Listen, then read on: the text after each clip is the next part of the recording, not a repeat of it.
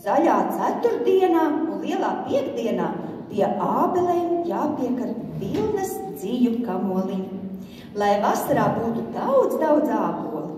Metat mani metējiņi līdz mēnešam nemetat. Mēnešam asi ragi noraus manu vainaciņu.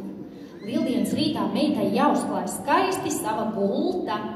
Kurš tad pirmais tur iesēdīsies? Tam meita būs jāņem par sievu.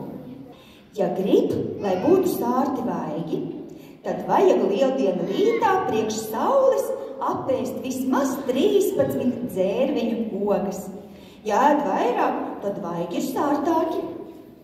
Lieldienās olas ēdot, to čaumalas jāsadrupina smalki, lai vistas labi dētu.